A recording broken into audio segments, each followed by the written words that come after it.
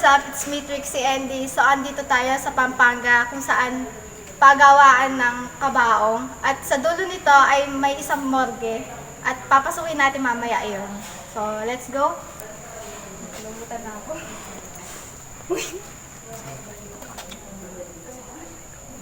So, ayan yung mga gawang kabaong. Ayan. So, kanina pa ako guys, kinikilabutan. Ayun. Ayan. Sa ulo. Parang pakiramdam ko na hilo ko guys. Kasi kanina pa, hindi pa ako nag-uumpisa. Parang nadidistract na ako. So, ayan. Ayan yung salamin ng kabaong. So, let's go.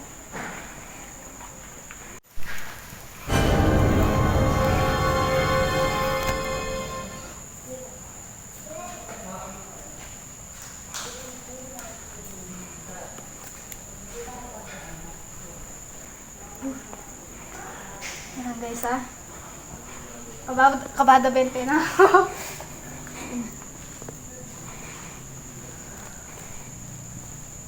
Pinabutan ako. So, dito tayo.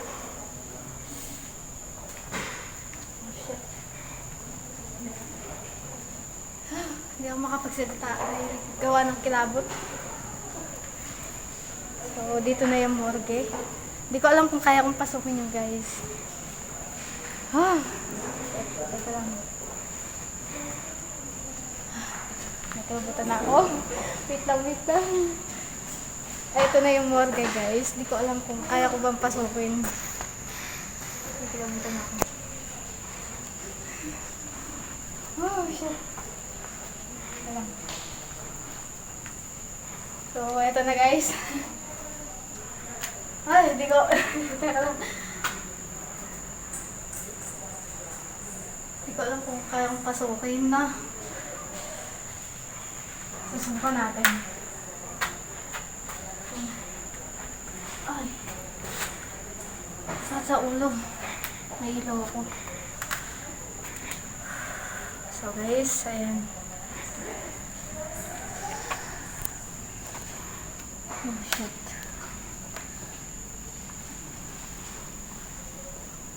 Ayan. Hindi ko alam kung kaya magtagal guys. Oh shit. Hindi ko kaya.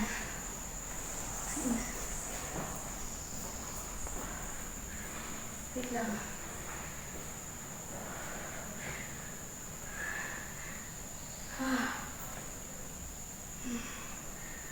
Pinapuntan ako.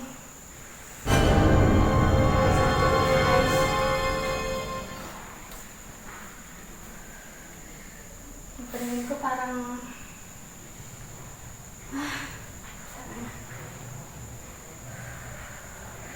so may ano dito? Upuan.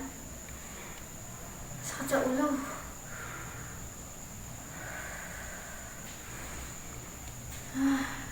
So ito dito nakahiga yung binabalsamo nila. Ay shit. Hindi na kilabot ko. So, may nakikita pa ako konting bahid ng dugo. So, may phobia po ako sa dugo. O sa mga hindi po nakakaalam, may phobia po ako sa dugo. Kaya, may naramdaman po ako dito. So, namumula na po ako ng takot.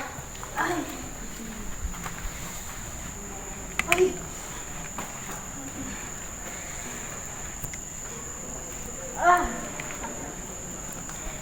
Parang may bumulong sa akin guys nito.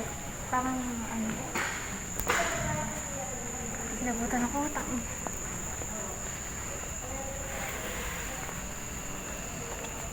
So, ay! Kumapalo na yung EM niya. So, proceed lang tayo. So, dito yung mga nakalagay yung kahoy ng mga ginagawang kabaong guys. Eto, pakita ko sa inyo.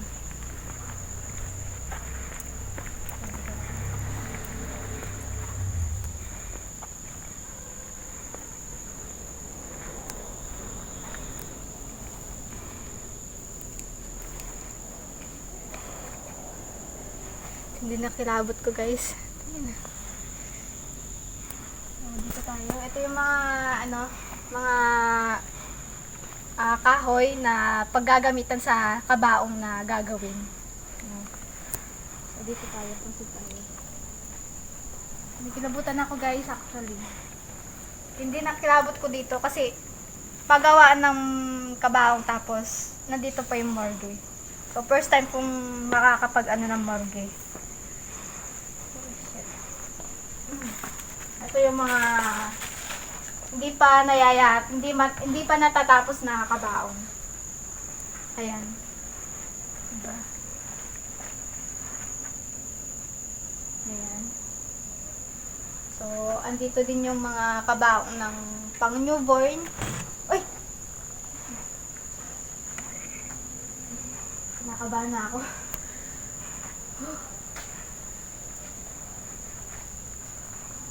So, ito guys, yung gagawing kabaong ng pang newborn, pang baby, no? Ayan. Hindi nakalabot ko. Ayan. Tara. Nagpagod na ako. So, dito sa next guys, hindi ko alam kung dito ako nakaramdam ng paghawak sa leeg ko. Parang taplis, parang ganun. Labot ko.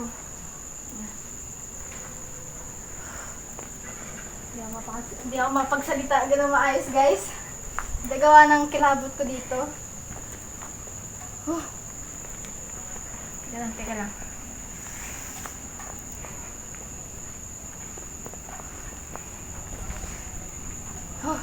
Ito na. Teka lang. Walang buwelo. So guys, tara.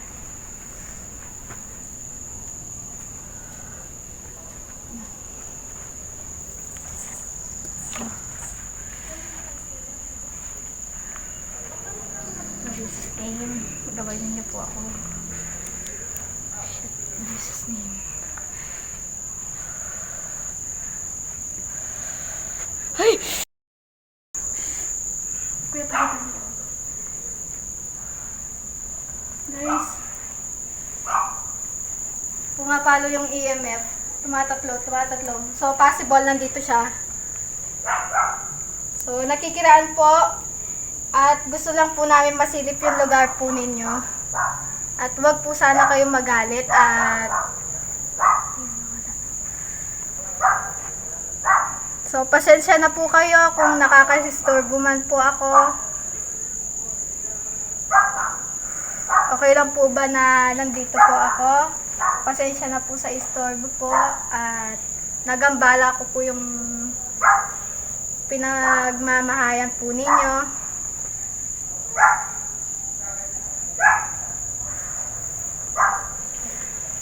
Guys, mapalo pa din. So, gusto ko lang po na masilip po yung lugar po ninyo. At pasensya na po. At ako'y nakaabala po sa inyo. So, ayun. So, hindi ko na kaya. Kilabot ko. Oh, shit. Ayan, palabas na tayo, guys. So, ayun yung mga kabaong. Kilabot ko.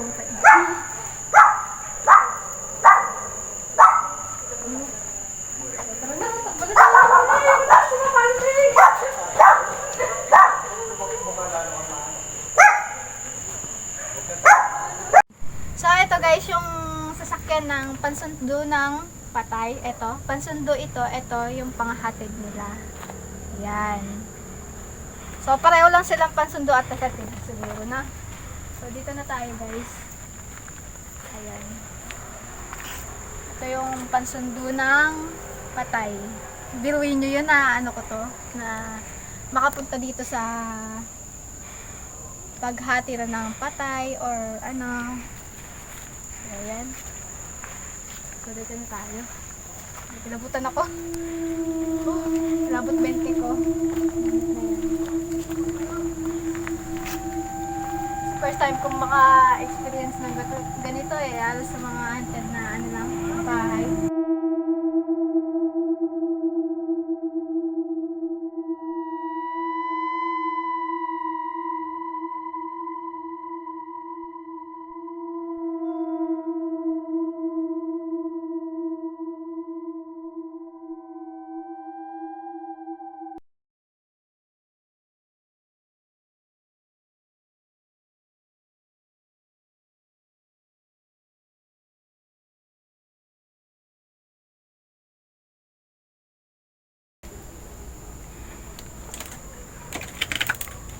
Ay!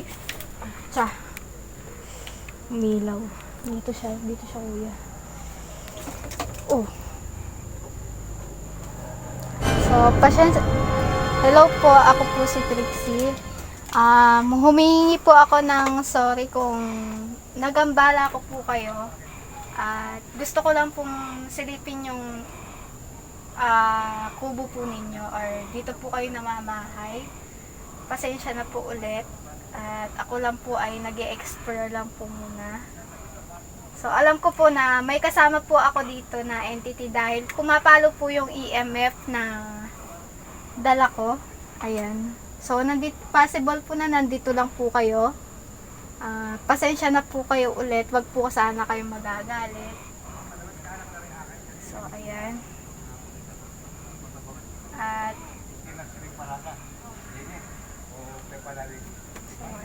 pasensya na po ulit kayo. So, ito po yung...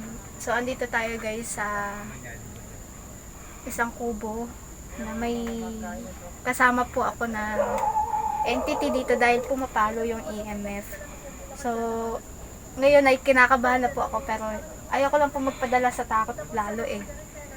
Ayan po. So, ayan. Umiilaw pa din. So, let's go. So guys, dito ko na po tatapusin yung vlog na gusto ko lamang po ipakita sa inyo yung isang morgue at ng patay, yung pinagse-service ng mga patay, no?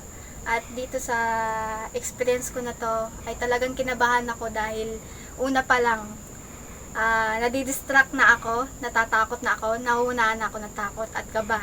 Pero kinaya ko lang talaga labanan eh. Ayoko lang magpadala ng takot ng sobra dahil hindi na makakaganda sa akin kung magpapadala pa ako sa takot para mapakita lang sa inyo yung lugar na napuntahan ko o na-explore ko, no? So, ayun, dito ko natatapusin.